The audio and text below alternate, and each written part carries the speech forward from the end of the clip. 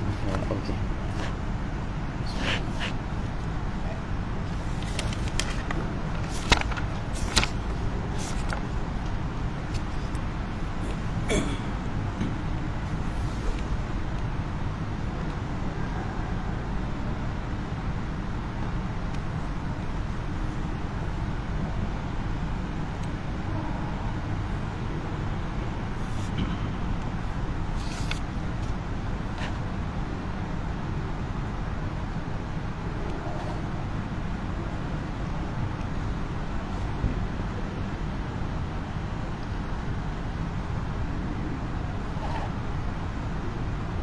أعوذ بالله من الشيطان الرجيم بسم الله الرحمن الرحيم الحمد لله والصلاة والسلام على رسول الله وعلى آله وصحبه ومن والاه أشهد أن لا إله إلا الله وأشهد أن محمدا عبده ورسوله قال رب اشرح لي صدري ويسر لي أمري واحلل عقدة من لساني يفقهوا قولي أما بعد السلام عليكم ورحمة الله تعالى وبركاته. Alhamdulillah kita bertemu lagi malam ini dan tentu kita bertemu untuk menelusuri kehidupan para sahabat dan mengambil ibrah daripada kehidupan mereka buat kita yang hidup sejauh 1445 tahun dengan mereka. Tentu kita perlukan bekalan-bekalan daripada kisah nyata dalam sejarah kita, terutamanya mereka yang berkeliling di samping Nabi sallallahu alaihi wasallam. Dan malam ini kita berkenalan dengan satu lagi nama sahabat yang agung, dan barangkali antara cerita sahabat yang kita terlepas pandang adalah kisah para sahabat yang tidak tergolong dalam kalangan Muhajirin dan tidak tergolong juga dalam kalangan Ansar. Sama ada ini pengetahuan baru untuk tuan-tuan ataupun tidak, sahabat tidak hanya terbahagi kepada dua golongan, Muhajirin dan Ansar. Ada mereka yang memang tak tergolong dalam kalangan Muhajirin dan bukan juga Ansar. Muhajirin mereka yang berhijrah daripada Mekah ke Madinah, Ansar pula yang menyambut dan membela mereka. Tapi ada segolongan sahabat, malah ini segolongan sahabat yang bahkan jumlah mereka lebih ramai daripada Muhajirin dan Ansar, iaitu mereka yang tidak tergolong daripada kalangan Muhajirin dan Ansar, dan mereka ini duduk di sekitar tanah Arab. Sama ada mereka itu duduk dekat dengan Madinah ataupun duduk di lokasi yang sejauh Yamamah, Najd dan beberapa lokasi lain yang disimpulkan dalam sejarah kita. Nama sahabat yang malam ini kita nak berkenalan adalah An-Nu'man ibn Al-Muqarrin, An-Nu'man bin Muqarrin Al-Muzani. Barangkali ini pertama kali kita dengar nama ini, kerana memang kisahnya di sisi Nabi sallallahu alaihi wasallam tak banyak. Yang akan masyhur kisahnya nanti adalah pada zaman Abu Bakar As-Siddiq dan Umar Al-Khattab, ya. Tapi yang menarik ada sebuah hadis yang Nabi sallallahu alaihi wasallam sabdakan berkaitan dengan Nu'man ibn Muqarrin Al-Muzani. Dan ini adalah hadis yang menandakan kehebatan Nu'man dan keluarganya. Bahkan bukan saja satu hadis berkaitan dengan Nu'man, ada satu ayat Quran yang didedikasikan untuk keluarga ini, iaitu Nabi sallallahu alaihi wasallam menyebutkan inna lil imani buyutan, iman itu duduk di satu rumah, walin nifaqi buyutan, kemunafikan pun ada rumahnya juga, wa inna baita bani Muqarrin min buyutil iman, rumah keluarga Muqarrin ini adalah rumah-rumah yang diisi dengan keimanan. Ini hadis Nabi sallallahu alaihi wasallam. Kerana dalam sirah, selain daripada keluarga Nabi sallallahu alaihi wasallam, kita tak jumpa keluarga lain yang semua ahli keluarganya beriman dalam satu masa yang sama. Bahkan majoriti sahabat pengalamannya sama, iaitu ada saja ahli keluarganya yang tak perlu Islam pun sampai ke akhirnya. Keluarga Nabi sallallahu alaihi wasallam Nabi turun daripada Gua Hira, Nabi pulang ke rumah, Khadijah peluk Islam, anak-anak Nabi sallallahu alaihi wasallam peluk Islam, Ali bin Abi Thalib yang Nabi jaga di rumah peluk Islam, Zaid bin Harithah peluk Islam, Asma siapa nama dia? Allahu Akbar, penjaga Nabi sallallahu alaihi wasallam juga peluk Islam. Nama dia siapa? Asma binti Abu Bakar, Asma Al-Habasyiyah, beliau juga peluk Islam. Dan Asma Ummu Aiman binti Sa'labah juga peluk Islam dalam rumah Nabi sallallahu alaihi wasallam. Dan semua yang berada dalam rumah Nabi peluk Islam. Tapi keluarga lain bercampur-campur. Bahkan keluarga best friend Nabi, Abu Bakar As-Siddiq, isteri dia tak peluk Islam sampai ke akhirnya, iaitu Qutailah binti Abdul Uzza, isteri pertama Abu Bakar As-Siddiq, tak peluk Islam sampai ke akhirnya, dan dia telah ceraikan. Ini ibu kepada Asma binti Abi Bakar, ibu kepada Abdullah bin Abi Bakar, ya, ibu kepada mereka berdua adalah Qutailah binti Abdul Uzza. Dan anak Abu Bakar salah seorang namanya adalah Abdul Rahman. Dia pun tak peluk Islam. Setelah hijrahnya Abu Bakar As-Siddiq, Abdul Rahman tidak menyertai hijrah. Audionya tak jelas ya, speakernya kat belah atas je. Sebab saya pun rasa pelik sikit. Saya tengok tonton okey je, ya, tak dengar ya. Speakernya belah atas, depan tak keluar.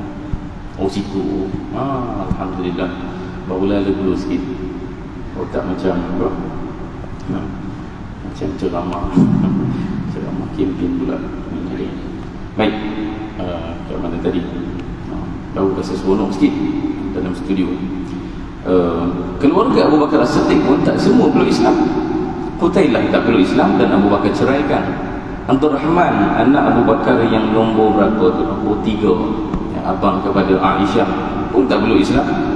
Dan dia tak hijrah bersama dengan Abu Bakar As-Siddiq ke Madinah. Yang berhijrah ikut Abu Bakar As-Siddiq adalah Asma, Abdullah dan Aisyah. Itu saja, bersama dengan ibu Aisyah, Ummu Ruman. Itu saja yang berhijrah. Maksudnya kawan paling dekat dengan Nabi sallallahu alaihi wasallam yang kita kenal Abu Bakar itu pun tak semua di keluarga dia peluk Islam. Dan hadis tadi beritahu kepada kita, rumah Banu Muqarrin ini adalah rumah yang dipenuhi dengan iman. Kenapa? Semua adik-beradik Nu'man ibn Muqarrin ni peluk Islam. Semua, ya. Satu keluarga peluk Islam dalam satu masa yang sama. Sedangkan mereka ni, Banu Muqarrin ni, sekadar kita ke depan sikit tadi, dia bukan duduk di Madinah. Saya dah sebut tadi, bukan Muhajirin, bukan Ansar. Dia tidak pernah didakwah oleh Nabi sallallahu alaihi wasallam pun. Orang-orang di Mekah didakwah oleh Nabi sallallahu alaihi wasallam 13 tahun.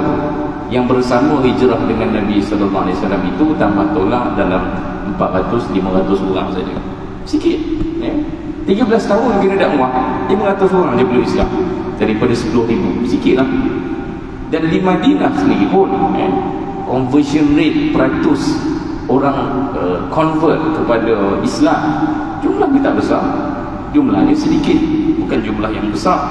Terutamanya sebelum perang Badar, jumlahnya tidaklah terlalu ramai dari segi nak dibandingkan dari segi adanya Nabi di situ, adanya para sahabat, tapi masih tidaklah sebegitu ramai yang benar-benar ingin bersama dengan Nabi sallallahu alaihi wasallam.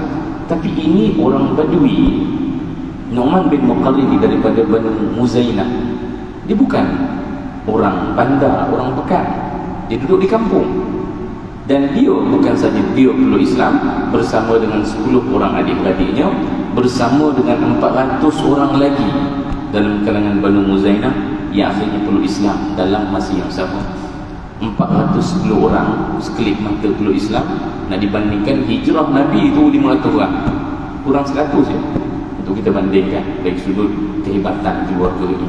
Dan ceritanya bermula dengan ucapan Nu'man bin Muqarrin dalam satu peristiwa. Satu hari itu dia bagi ucapan kepada keluarga dia, "Ya qaum, wahai kaumku, wallahi ma'alimna min Muhammadin illa khairan." Kita tidak pernah mendengar tentang Muhammad sallallahu alaihi wasallam kecuali sesuatu benda yang baik. Muhammad ni image-nya baik. Nabi sallallahu alaihi wasallam image-nya baik, track record-nya sangat baik.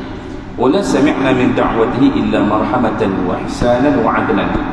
Kita tidak pernah mendengar seruan Muhammad sallallahu alaihi wasallam kecuali seruan yang dengan satu rasa kasih sayang, dengan ihsan dan juga keadilan.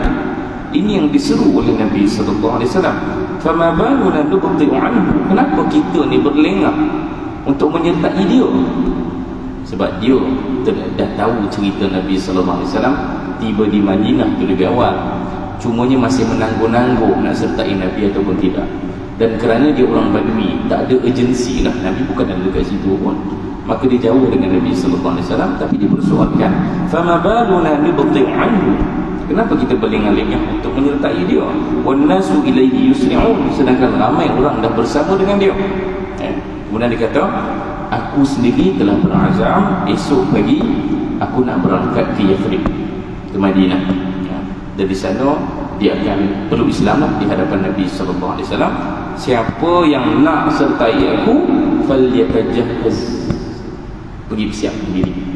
Dan esok pagi dia bangun, seperti yang saya sebut tadi, 10 adik-beradik dia sertai musafir ke Madinah untuk beriman kepada Nabi sallallahu alaihi wasallam bersama dengan 400 orang lagi daripada kalangan Banu Muzainah pergi ke sana.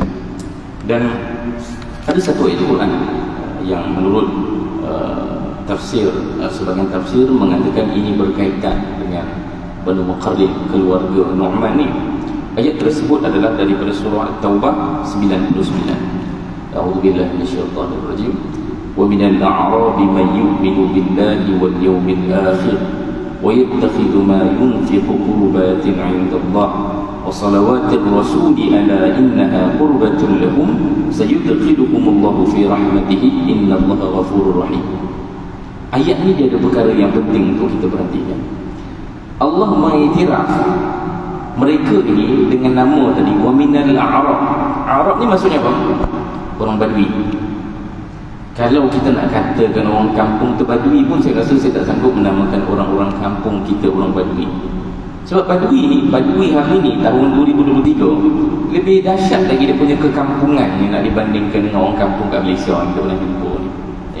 Orang asli lah kot mungkin dekat sikit dengan orang Badui punya apa nama ni, culture, kehidupan mereka. Itu kurang dengan orang asli lah, yang agak terpisah daripada fasiliti. Dan hidupnya hidup yang nomad sikit, boleh berpindah ke sana sini, tak begitu terikat dengan ekonomi. Dan itulah orang Badui pada hari ini. Dan bayangkan orang Badui pada zaman Nabi sallallahu alaihi wasallam, maka dia bukan orang kampung, ini orang asli di Makkah dan Madinah. Dan Allah mengiktiraf mereka ini wa minal a'rab, daripada kalangan orang Badui itu yang dimaksudkan adalah Banu Muqarrin ni, man yu'minu billahi wal yawmil akhir. Mereka dia beriman dengan Allah Ta'ala dan hari akhirat, dan mereka telah mengumpulkan segala hadiah dan juga barang-barang untuk dihadiahkan kepada Nabi sallallahu alaihi wasallam dengan tujuan nak dekatkan diri mereka kepada Allah Ta'ala dan Rasulnya. Dan sesungguhnya itu telah menjadi punca mereka dekat dengan Allah Ta'ala. Allah akan masukkan mereka ini dalam rahmat Allah Ta'ala, dan Allah itu Maha Pengampun lagi Maha Mengasihani. Baik, kenapa kita nak pergi tekan perkataan Arab ni? Orang asli, orang-orang yang kampung lah, kita ambil perkataan kampung, ada satu kelebihan, iaitu mereka tak tercemar. Mereka ni suci sikit lah. Nak dibanding dengan orang bandar, orang pekan, orang yang ada akses kepada internet, kepada teknologi, yang hari ini mungkin kita lebih banyak nampak, kalau dekat sedia alam ni kan, nampak banyak kilang dekat belakang-belakang Eco Gardens tu kan, kalau lain nampak dia punya ceracak-ceracak yang boleh naik, nanti banyaklah kilang dekat situ. Dan yang mungkin kita fikirkan, bila kita banyaklah asap-asap yang akan merosakkan, mencemarkan langit, udara di setiap alam ini. Mungkin kita banyak menyebut juga tentang pencemaran, apa lagi, bunyi, pencemaran, kesesakan jalan raya, pencemaran lah dari sudut istilahnya, dia mengganggulah rutin harian kita. Semakin sesak, semakin tak boleh bernafas, semakin tak boleh nak tidur malam sebab banyak kereta bunyi tengah malam. Tapi Satu pencemaran yang kadang-kadang kita tak sedar berlaku kepada orang-orang bandar, orang-orang pekan, adalah pencemaran fikrah, pencemaran fikiran. Dan itu lebih berpotensi untuk berlaku kepada orang bandar berbanding orang kampung. Terutamanya pada zaman ni lah, zaman sirah. Zaman sekarang kampung pun ada telefon bimbit, segala benda ada dekat situ kan, ya. Dengan ada teknologi, bagus dari sudut untuk connect kita, untuk hubungkan kita. Senang lah. Kalau dulu tak boleh bayang macam mana orang dulu nak pergi ke KL, nak pergi ke satu lokasi tanpa ada Google Maps, tanpa ada Waze. Teknologi memudahkan kita, tapi dalam masa yang sama memudahkan kita akses kepada perkara-perkara yang buruk juga. Bahkan kita tak perlu cari pun dia datang pada kita. Kita tak tengok pun video dekat YouTube ke apa. Tapi iklan yang keluar di situ, ya, apa yang dicadangkan nanti, video-video yang dicadangkan, video yang merosakkan kita. Itu teknologi. Dan ini adalah kesan kepada kemodenan. Dan bukan maksudnya kita kena jauhi, tapi kita kena sedar ini adalah satu alat yang macam pisau kepada diri kita. Dia boleh membunuh kita punya timbang rasa kita, cara berfikir kita dipengaruhi oleh media sosial.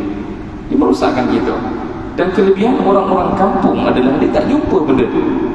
Adalah kekurangannya, ya. Tapi dalam masa yang sama fikiran mereka lebih cerdik. Sebagaimana Al-A'raf yang Allah masukkan dalam surah At-Taubah tadi, sebagaimana Al-Muzani ini, keluarga Muzani, dan banyak keluarga Al-A'raf yang lain. Kalau sebelum ni saya ada cerita tentang Zaid Al-Khair, saya ada cerita tentang Ibn Al-Hatim At-Ta'i. Ini semua orang-orang kampung. Abu Dhar Al-Ghifari, orang kampung. Orang kampung, mereka yang datang jumpa Nabi peluk Islam. Tapi tengok orang bandar macam Abu Jahal, tengok orang bandar macam Abu Talib, ya. Mereka sampai ke akhirnya tak peluk Islam. Tengok orang-orang bandar macam Abdullah ibn Ubay ibn Salul. Nabi ada bersama dengan mereka. Para sahabat yang hebat-hebat ni ada di sekeliling mereka, tapi tidak membuatkan mereka nampak kebenaran itu apa. Tapi orang kampung macam Abu Dhar, dia sendiri datang ke Mekah jumpa Nabi nak peluk Islam, ya. Zaid Al-Khair, dia sendiri jumpa Nabi, cari Nabi untuk peluk Islam. Salman Al-Farisi pun sama, dia lari jauh daripada Parsi pergi ke Mekah, pergi ke Madinah Al-Munawwarah mencari Nabi SAW. Kerana fikirannya jernih, dia tak dirosakkan oleh pertimbangan-pertimbangan yang telah terselinging daripada apa yang Allah Ta'ala berikan kepada manusia.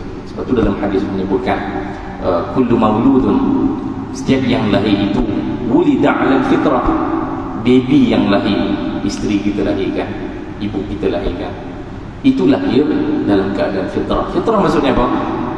Kebanyakan syarah kepada hadis tersebut mengatakan fitrah itu merujuk kepada Islam. Fitrahnya adalah Muslim, tunduk kepada apa yang Allah Ta'ala tentukan untuk dia. Ayah dia yang yuhawwidanuhu, meyahudikan dia, menasranikan dia. Kenapa? Pencemaran telah berlaku kepada fikiran dia. Asalnya dia jernih, suci, tapi apa yang ditemu sepanjang kehidupan telah merosakkan diri dia. Sama juga dengan orang-orang kampung, bila tidak terdedah dengan apa yang berlaku di bandar, tidak jumpa berhala di Mekah, maka itu lebih menyelamatkan mereka. Bahkan mereka sendiri yang cari Nabi SAW untuk peluk Islam, ya. Itu adalah cerita yang menarik dalam sirah. Mereka yang Badui ini peluk Islam lebih cepat berbanding orang-orang bandar. Apa pelajaran untuk kita? Boleh fikirkan dulu, nanti kat ujung kita cuba simpulkan insya-Allah. Cerita seterusnya yang berkaitan dengan Nu'man ibn Muqarrin ini tak banyak sebenarnya dalam sirah. Perang pertama yang disertai adalah perang Khandaq, dan juga peristiwa Bai'atul Ridwan, dia pun salah seorang peserta.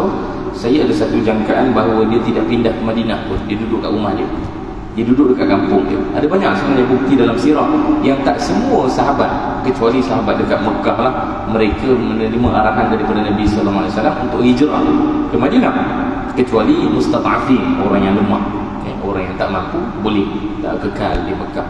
Tapi untuk mereka yang berada di luar daripada Mekah dan Madinah, Nabi tak berikan arahan khusus kepada mereka untuk hijrah ke Madinah. Waktu itu saya boleh jangka yang Nu'man bin Muqarrin ini barangkali memang tak hijrah ke Madinah pun, dia duduk kat rumah dia, duduk dekat kampung dia. Sama macam kisah sahabat yang lain yang duduk di rumah mereka walaupun telah peluk Islam, kerana mereka bukan orang Mekah, bukan orang Madinah. Sebab tu cerita zaman sirah tak banyak sangat. Bermula kisah dia yang adventure sikit pada zaman Abu Bakar As-Siddiq. Dan cerita ni akan berkaitan dengan cerita di hujung hayat dia. Cerita ni menarik sikit. Abu Bakar As-Siddiq pada zaman dia, separuh masa yang pertama pemerintahan Khalifah Abu Bakar As-Siddiq, nak menyelesaikan masalah yang paling rumit sekali, iaitu nak menyelesaikan beberapa golongan yang buat masalah di Madinah dan seluruh dunia Islam begitu. Nabi palsu muncul, mereka yang murtad secara beramai-ramai jadi satu kempen muncul. Kemudian muncul mereka yang tidak mahu bayar zakat.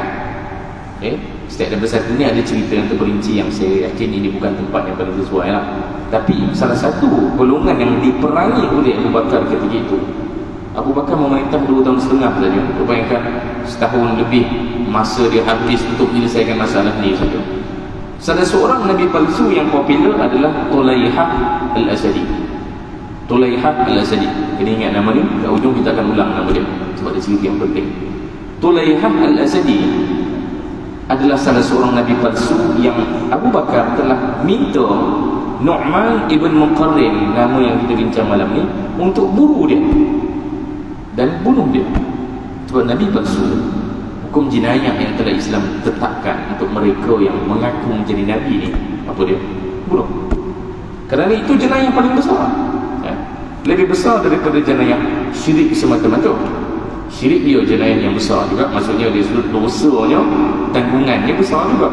Tapi nak dibandingkan ada orang mengaku jadi Nabi, apa impact seorang mengaku jadi Nabi? Dia bila bercakap akan jadi wahyu. Dia mendakwa yang bila dia bercakap itu menjadi wahyu, macam Nabi SAW. Dia mendakwa dirinya boleh mengetahui hal-hal ghaib macam Nabi SAW. Dan ini sangat bahaya untuk umat Islam. Sedangkan Nabi sebut dalam sebuah hadis, tidak ada lagi Nabi setelah itu. Setelah wafat tidak ada Nabi lagi. Dan Tulaihah Al-Asadi telah diberikan satu Nu'man diberikan satu tugasan untuk memburu dan membunuh Tulaihah Al-Asadi. Dan akhirnya bila dia sampai ke sana, Nu'man ibn Muqarrin sampai ke tempat Tulaihah berjaya melarikan diri. Dan dia tak berjaya lah, ditangkap ataupun dibunuh oleh Nu'man ibn Muqarrin. Ini berlaku pada zaman Abu Bakar Siddiq dan sangat unik. Sebab kalau kita tengok senarai ketua-ketua panglima-panglima yang dilantik oleh Abu Bakar Siddiq, bahkan zaman Umar Al-Khattab, kebanyakannya adalah sahabat-sahabat yang terutama pada zaman Makkah. Kalau kita tengok misalnya nama Sa'ad ibn Abi Waqqas, yang Abu Bakar Siddiq Umar Al-Khattab telah utuskan ke Parsi. Sa'ad bin Abi Waqqas ni adalah antara 10 yang dijanjikan syurga. Siapa lagi? Abu Ubaidah Amir bin Al-Jarrah pun orang Mekah, muhajirin juga. Muaz bin Jabal. Siapa lagi? Shurahbil bin Hasanah, Amr bin As. Ini semua nama-nama besar sahabat. Tiba-tiba ada satu nama, Nu'man bin Muqarrin. Dia pelik lah, kenapa tiba-tiba ada seorang ni, dah lah dia orang Badui, dia bukan orang muhajirin, bukan orang Ansar. Saya tak jumpa nama orang lain yang sebagaimana Nu'man bin Muqarrin yang ada kelebihan spesial kerana dia terdiri dalam kalangan bukan orang Ansar, bukan orang muhajirin. Ini menandakan kelebihan Nu'man bin Muqarrin. Dan cerita yang kemuncaknya tentang Nu'man bin Muqarrin adalah bila dia menyertai peristiwa yang akan mengakhiri riwayat hidup dia, iaitu peristiwa pembukaan kota Parsi daripada satu kota ke kota yang seterusnya. Pembukaan kota Parsi ini bermula pada zaman Abu Bakar Siddiq. Ceritanya panjang lah kan.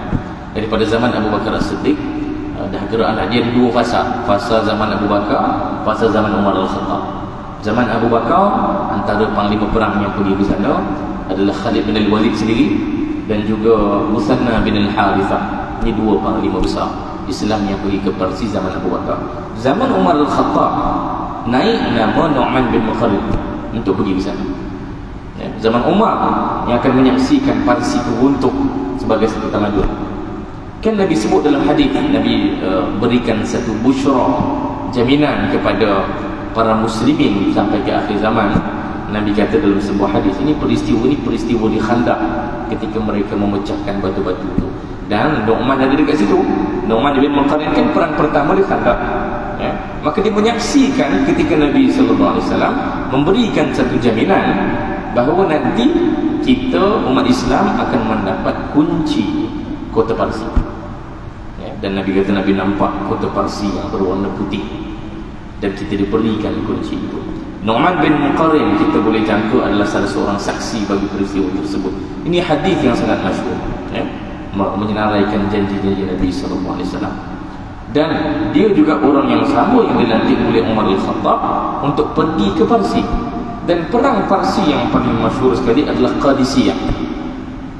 Kalau rasa nak baca panjang, boleh cari perang Qadisiyah. Nu'man bin Muqarrin menyertai perang tersebut daripada Qadisiyah sampailah membuka kota Ctesiphon ataupun Madain. Dan ada satu dialog yang penting untuk kita faham. Ini diucapkan oleh Nu'man bin Muqarrin. Ini satu standard dalam agama kita, dan kita kena pelihara benda ni. Sebab sebagian orang dia akan terkesan dengan dakwaan mungkin orientalis, mungkin orang-orang yang mungkin ada satu rasa skeptik kepada agama Islam. Mereka akan sebut Islam itu tersebar dengan pedang. Dan bila kita baca sejarah, betul, memang Islam tersebar dengan pedang. Takkan kita nak nafikan? Takkan kita nak nafikan cerita perang Badar, perang Uhud, sampai perang pembukaan Qadisiyah, perang Yarmouk? Takkan kita nak nafikan? Cerita itu ada dalam buku sejarah kita. Dan memang mereka angkat senjata. Tak boleh nafikan. Benar apa yang mereka cakap, Islam tersebar dengan pedang. Tapi kita kena tengok perinci sikit supaya kita faham kenapa mereka mengangkat pedang. Sebab jangan salah memahami cerita perang dalam Islam. Sebab banyak ekstremis yang lahir atas nama Islam sendiri pun mengangkat senjata dan mudah-mudah menyembelih orang, mudah-mudah membunuh orang. Mereka ini muncul atas sebab yang sama, kerana mereka ingat Islam itu adalah agama pedang. Kita kena faham cerita perang dalam Islam ni, kenapa berlaku perang. Kalau tak, kita akan tersasar dan menjadi seorang yang ekstrim sebagaimana yang diharapkan oleh mana-mana orang yang tidak suka kepada Islam lah, supaya Islam itu menjadi ekstrim dan dibenci oleh banyak orang. Baik, ini adalah kalimah yang diucapkan oleh Nu'man ibn Muqarrin yang diutus oleh para sahabat ketika itu sebagai delegasi menghadap Raja Parsi ataupun Kisra Parsi. Parsi ni rajanya namanya Kisra. Kalau Rom dipanggil Kaisar, kalau Habsyah dipanggil Najashi, kalau Mesir dipanggil Fir'aun. Itu gelaran. Kisra Parsi kita itu namanya Yazdajir. Dan inilah Kisra Parsi yang terakhir sekali yang akan berkuasa atas muka bumi ini. Dan ketika itulah akhirnya dialah yang mengakhiri riwayat tamadun dan empayar Parsi yang berumur berapa tahun ya. Bahkan dia berumur sebelum Masihi lagi.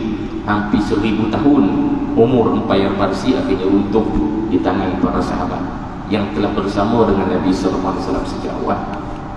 Ini kalimah yang diucapkan oleh Nu'man ibn Muqarrin supaya kita boleh belajar sesuatu. Mana dia?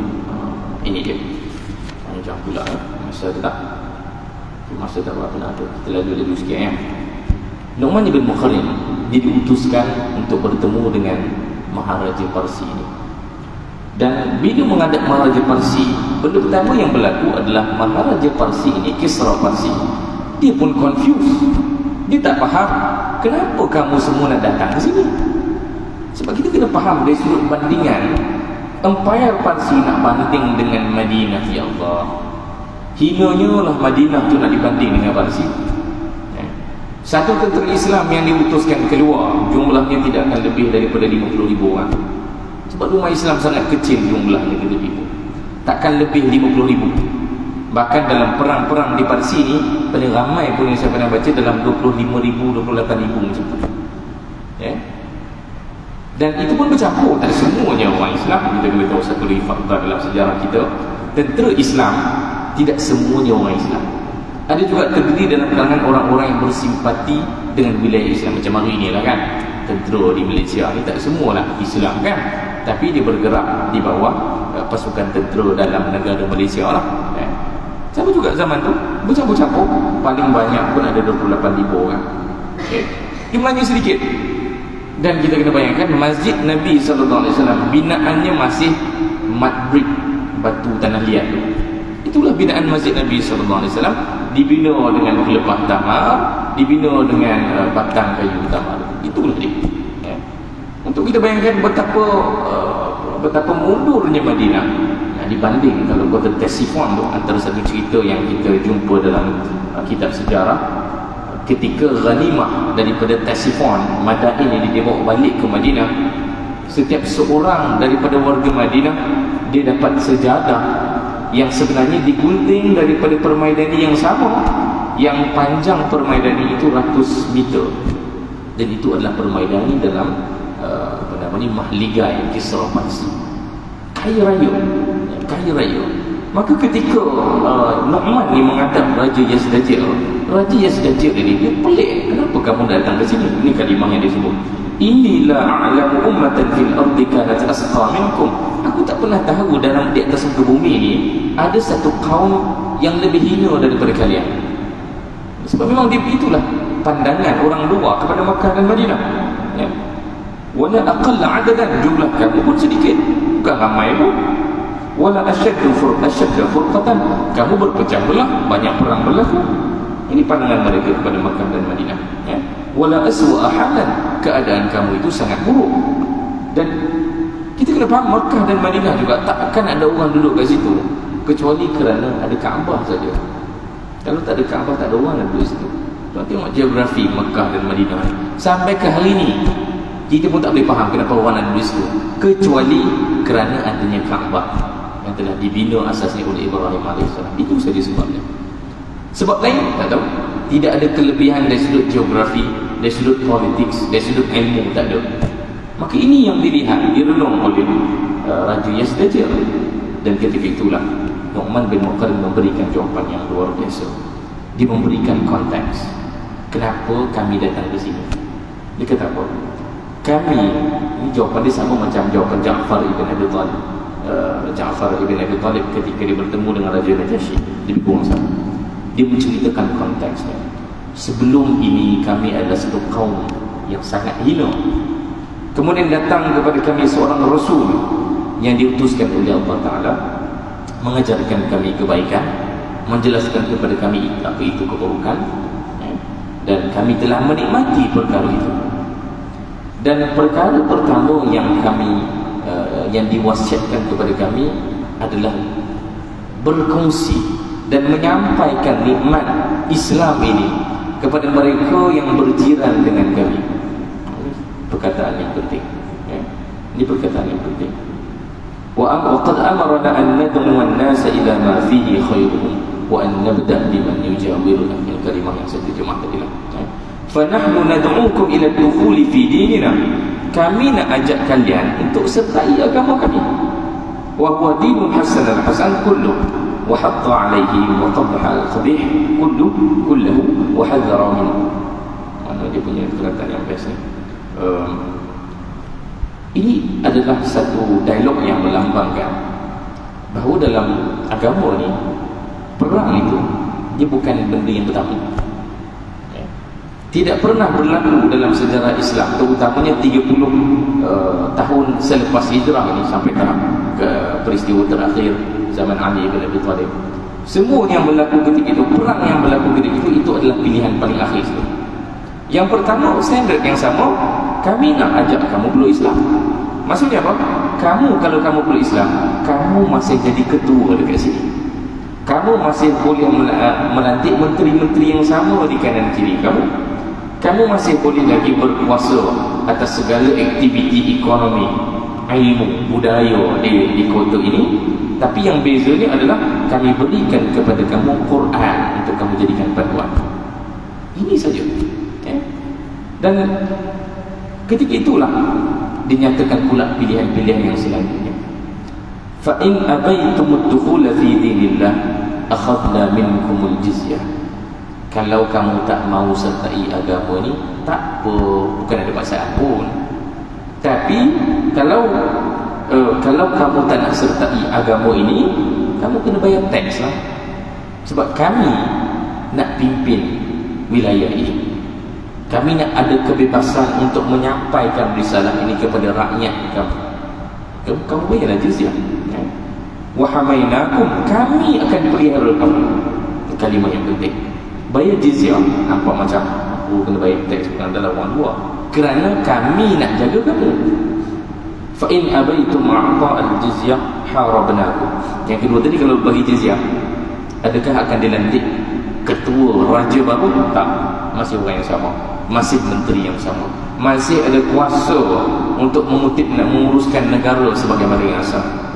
Bezanya kena bayar jizyah kepada khalifah. Fa in abaitum i'ta' al-jizyah harabnakum. Kalau kamu tak mau bayar jizyah juga, ketika itulah harabnakum, kami akan berperang dengan kamu.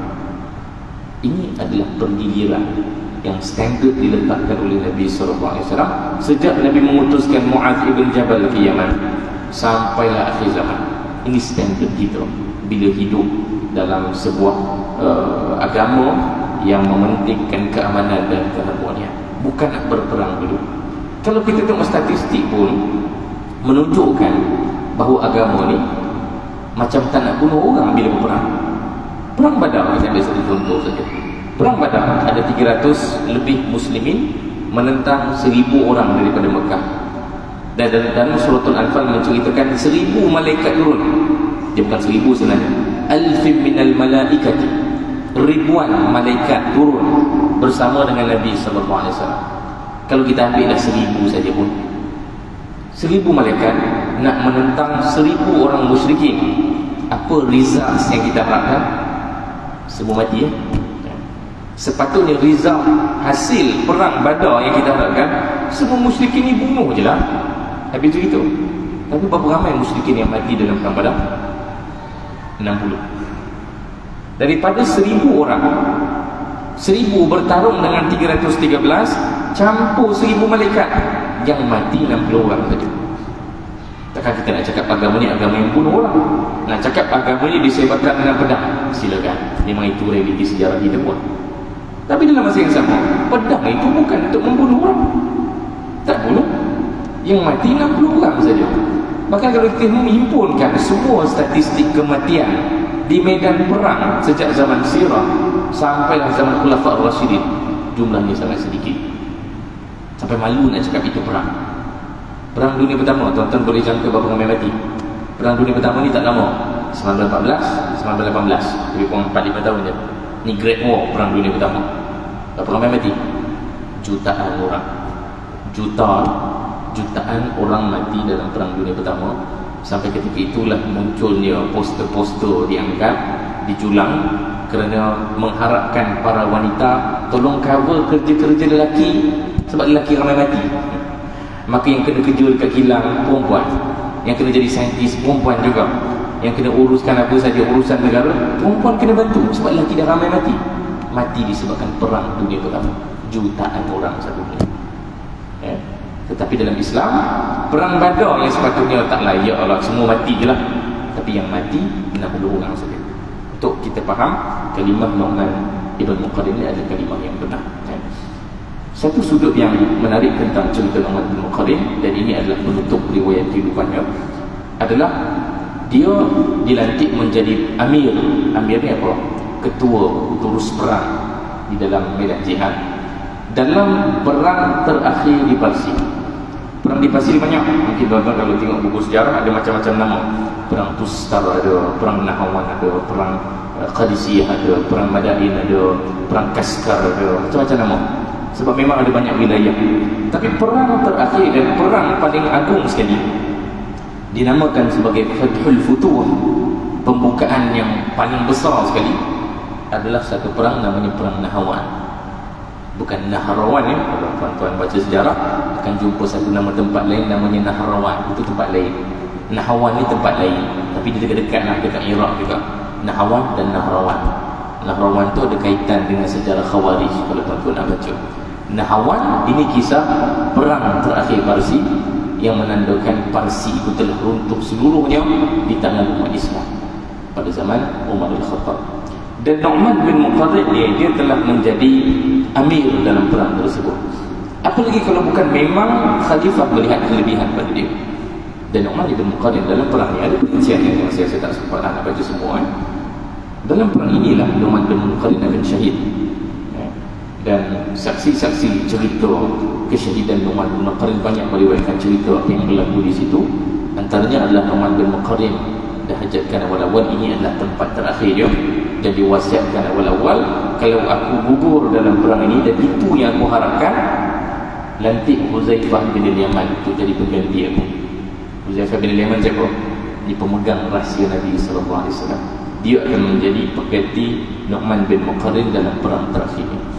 Dan ketika dia terbunuh dalam perang terakhir ini, perang Nahwan, para sahabat yang berada di situ sebenarnya cuba merahsiakan kesyahidan Nu'man bin Muqarrin supaya medan perang itu tak berkecamuk, tak ada orang yang lari ketakutan ke apa, sebab memang kita kena menang perang ini. Ini wasiat Umar Al-Khattab.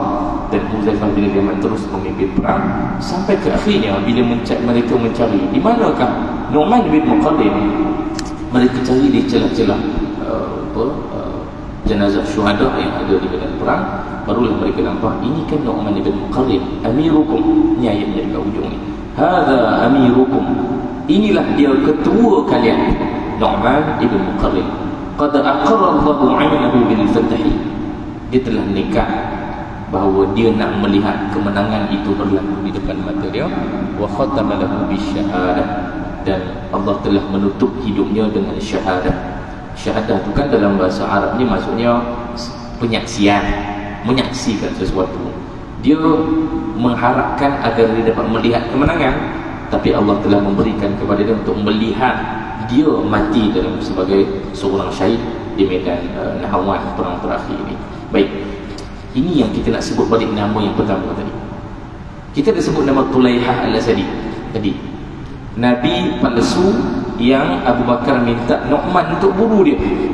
Ketika zaman Abu Bakar, kemunculan Nabi-Nabi palsu ini, dia telah mengerahkan sahabat-sahabat yang agung ini untuk membunuh mereka. Kita azan ya. Lepas azan kita akan buat surprise tentang cerita Tulaihah Al-Asadi, insyaAllah.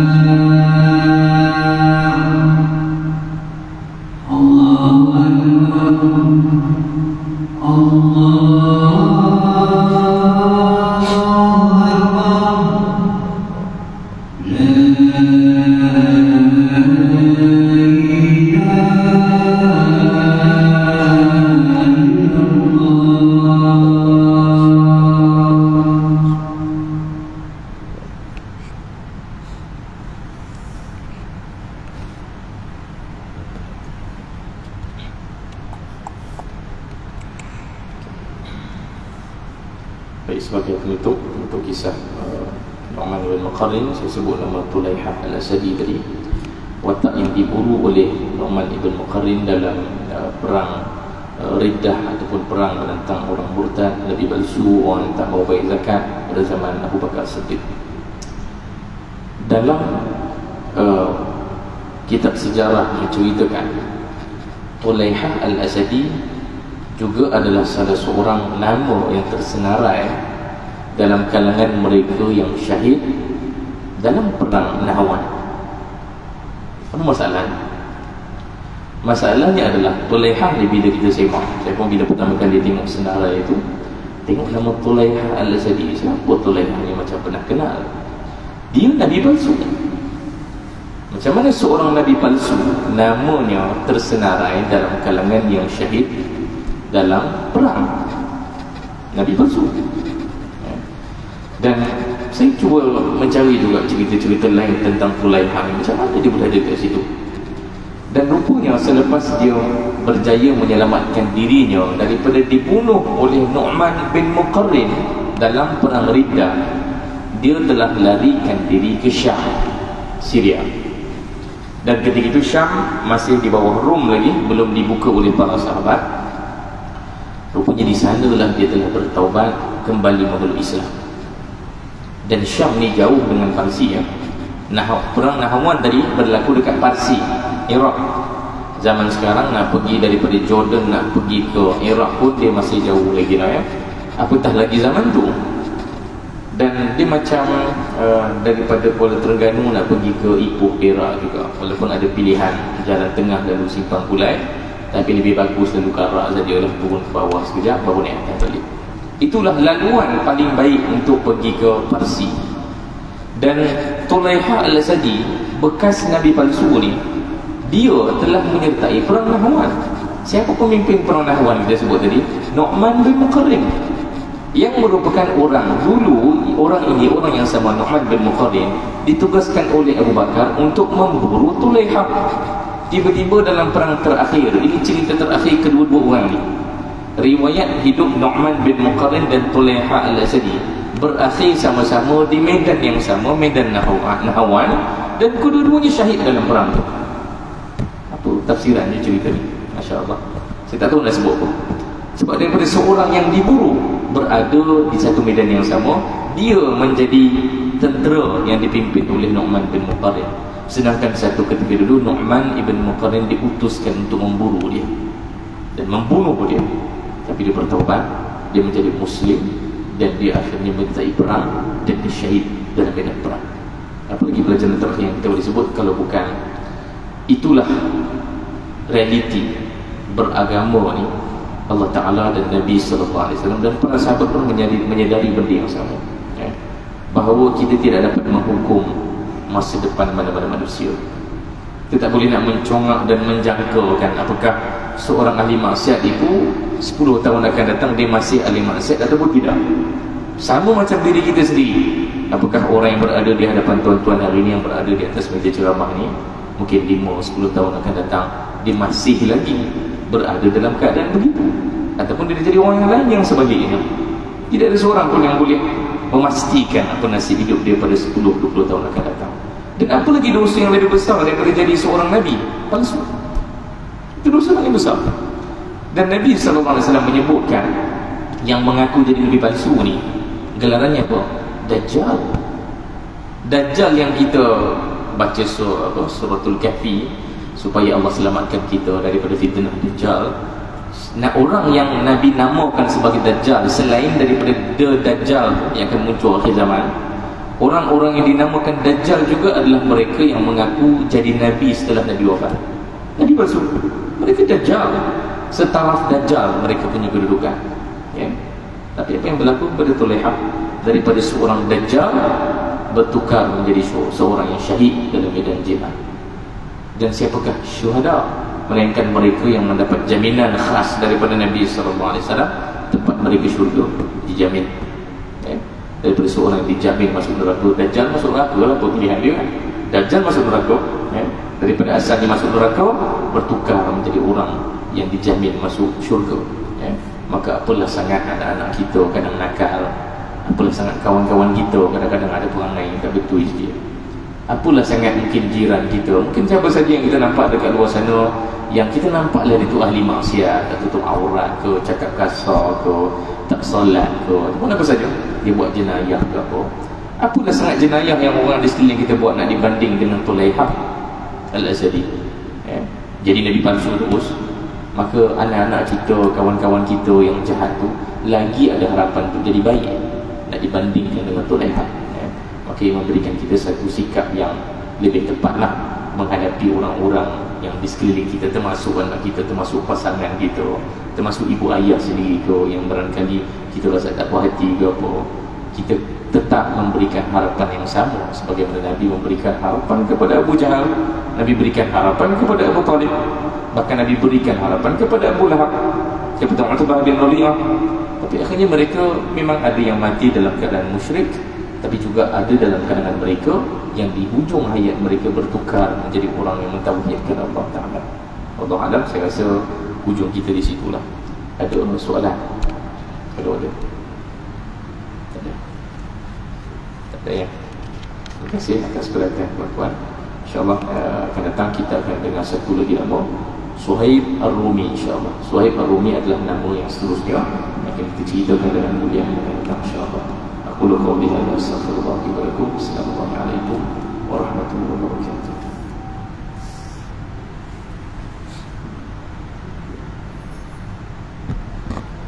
Masya Allah khair.